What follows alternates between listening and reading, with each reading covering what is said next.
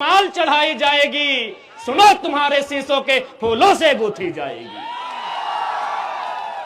यह आजादी का संग्राम भला पैसों पर खेला जाता है, यह शीश कटाने का सौदा नंगे सर झेला जाता है। आज चूंकि आज जननायक कर्पूरी ठाकुर जी की जयंती है, जैसा हमारे संजय दा बता रहे थे, उस जननायक को नमन करते हैं और नेताजी की पंक्तियों को रखा कि कल नेताजी की जयंती थी और एक दिन पहले इस देश में आस्था के विषय, करोड़ों लोगों के आस्था के विषय राम अयोध्या में विराजित हुए। चूंकि देश में एक माहौल, एक गीत बना, राम आएंगे, हम तो कहेंगे राम के साथ भगत सिंह भी आए, डॉक्टर अंबेडकर भी आए, एपीजे अब्दुल कलाम भी आए, महात्मा गांधी भी आए, सरदार पटेल भी आए, चंद्रशेखर आजाद भी आए, अशफाक अली खां भी आए। लेकिन चूंकि हम लोग पढ़े लिखे लोग हैं, हमें प्रैक्टिकली और लॉजिकली बात करनी चाहिए। बिल्कुल राम आए, बाकी जितने महापुरुष है वो भी आए, लेकिन क्या वो शरीर से आएंगे? हम पढ़े लिखे लोग हैं, प्रैक्टिकली बात कीजिए, हम लोग लॉजिकली बात कीजिए, इमोशनली नहीं। क्या जो महापुरुष, चाहे कोई रहे, राम रहे, कृष्ण रहे, गांधी रहे, कलाम रहे, जिन्होंने अपने शरीर को त्यागा है, वो शरीर के रूप में आएंगे? क्या वो बोलते हुए आएंगे? क्या वो खाते हुए, नाचते हुए, गाते हुए आएंगे? नहीं, वो विचार के रूप में आएंगे। अतः राम का स्वागत है विचारों के रूप में, गांधी का भी स्वागत है विचारों के रूप में, कलाम का भी स्वागत है विचारों के रूप में, क्योंकि शरीर के रूप में कोई नहीं आएंगे।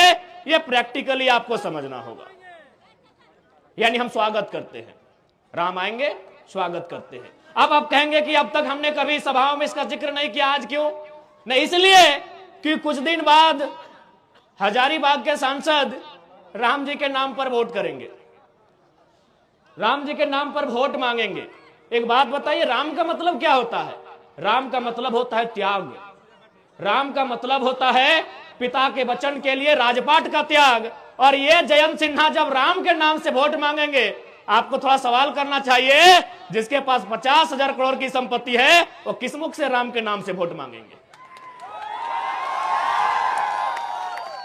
उनसे पूछेगा कि राम का मतलब क्या है भाई, राम का आदर्श क्या है, राम का चरित्र क्या है, राम का आचरण क्या है, उनसे पूछिएगा। आज लगभग 62 विदेशी कंपनियों में उनका सीधा शेयर है, और ये व्यक्ति राम के नाम से मतदान करेंगे और आप मतदान दे देंगे? 62 कंपनियों में जो हजारीबाग के सांसद हैं, उनका 62 कंपनियों में सीधा शेयर है विदेश में।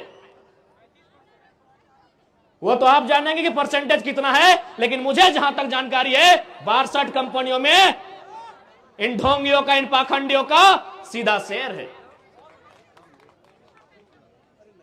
यदि राम जी के पास 50,000 करोड़ की संपत्ति होती तो वो क्या करते? अरे वो बिशुनगढ़ के 45 मजदूरों को सऊदी अरब में नहीं छोड़ते, वो बिशुनगढ़ के 45 मजदूरों को सऊदी अरब में नहीं छोड़ते जो टॉयलेट का पानी पी रहे हैं। वो बड़का गांव के लोगों में कर्फ्यू का माहौल नहीं उत्पन्न करते, जो है अडानी प्राइवेट लिमिटेड कंपनी जमीन अधिग्रहण के लिए वहां इस प्रकार से पुलिस प्रशासन भरी है जैसे वो तालिबान लगता है। और कल ये शख्स आएंगे और ये भावनाओं के नाम पर, आस्थाओं के नाम पर मत लेने का काम करेंगे। तो क्या राम का चित्र ऐसा ही था जैसा जयंत सिन्हा का है? इसलिए आज राम यानी विचार, राम यानी आचरण, राम यानी आदर्श, राम यानी कर्तव्य। एक भी लक्षण वर्तमान जो सांसद है, चूंकि यहां सबसे ज्यादा हिंदू मुस्लिम के नाम से मतदान होता है, एक भी लक्षण राम का इनमें नहीं दिखता है।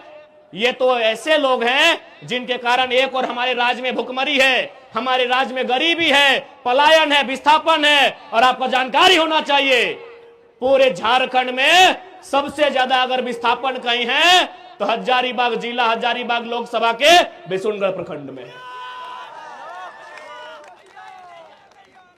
इसलिए आज मैं आपसे यही कहना चाहूंगा कि जब मत की बारी आए, ऐसे व्यक्ति को चुनिएगा जो आपकी बातों को दिल्ली में रख सके, जो आपकी बातों को दिल्ली को मजबूत कर सके, जो आपकी लड़ाई को लड़ सके। एक बात सभी जानते हैं, चाहे मीडिया के कर्मी हो या प्रशासन के लोग हों, या सरकारी कर्मचारी हो, हर कोई यहां अपने इस जीवन में चाहता है कुछ संपत्ति का अर्जन करके चले जाए। लेकिन आपको जानकारी होनी चाहिए, आज जिस प्रकार से झारखंड का माहौल बना है, कहीं सड़क चौड़ीकरण के नाम पे, कहीं डैम के नाम में, कहीं तालाब के नाम में, कहीं माइंस के नाम में, कहीं फैक्ट्री स्थापित करने के नाम में हमारी जमीनें कौड़ी के भाव ले रहे हैं। यदि आज हमारे पास दिल्ली में शख्स नहीं होगा जो हमारे लिए लड़ सके, तो आने वाले दिन ऐसा होगा कि झारखंड एक खंडहर के रूप में होगा, हम और आप केवल तमाशा देखेंगे। मैं एक आपके माननीय सांसद की एक करतूत सुनाता हूं। करतूत और कारनामा में फर्क होता है, जैसे क्लेवर और कनिंग होने में फर्क होता है। दोनों का मतलब चालाक होता है, लेकिन एक का मतलब धूर्त होता है। तो मैं इनकी एक करतूत आपको सुना रहा हूं। आपके जो यशस्वी नरेंद्र मोदी जी के नाम पर ये वोट लेंगे, माननीय जयंत सिन्हा, इनका बाप भी सांसद रह चुके, अपना बेटा को बनाने की तैयारी में है। राजरप्पा में एक प्रोजेक्ट आया था। आज समझिए कि किस प्रकार झारखंड को खोखला किया जा रहा है, किस प्रकार हमारी बुनियादी ढांचे को बर्बाद किया जा रहा है, किस प्रकार हमारे रोजी रोजगार को प्रदेशों के हाथों बेचा जा रहा है। वहां एक प्रोजेक्ट आया था, चूंकि सांसद हैं, दिल्ली से टीम आई थी, तो सांसद की एक कुर्सी लगी हुई थी। सांसद महोदय कुर्सी में बैठते हैं, अंदर जो दिल्ली की टीम आई थी, 5 सदस्य या 7 सदस्य टीम थी, उनसे पूछा सांसद महोदय ने, यशस्वी सांसद, आपके लोकप्रिय सांसद, आपके धर्मात्मा सांसद, अब भाई राम के नाम से वोट मांगते तो धर्मात्मा ही होंगे, और आपने दिया है। इस धर्मात्मा सांसद ने पूछा कि ये प्रोजेक्ट कितने में कंप्लीट हो सकता है। बोला सर हार्डली 15 से 20 करोड़ में पूरा हो जाएगा। इस धर्मात्मा, आपके लिए धर्मात्मा, हमारे लिए कहीं ना कहीं ये मानव के रूप में छुपे दानव है। इसने कहा इसको 250 करोड़ बनाइए। आप पता कर लीजिएगा, राजरप्पा प्रोजेक्ट, वहां 15 करोड़ में ये योजना थी, इन्होंने कहा इसको 250 करोड़ बनाइए। यानी जो योजना 15 करोड़ में हो सकती थी, 250 करोड़ किसके लिए? अपने लिए, अपनी पत्नी के लिए, अपनी साली के लिए, अपनी सलहज के लिए।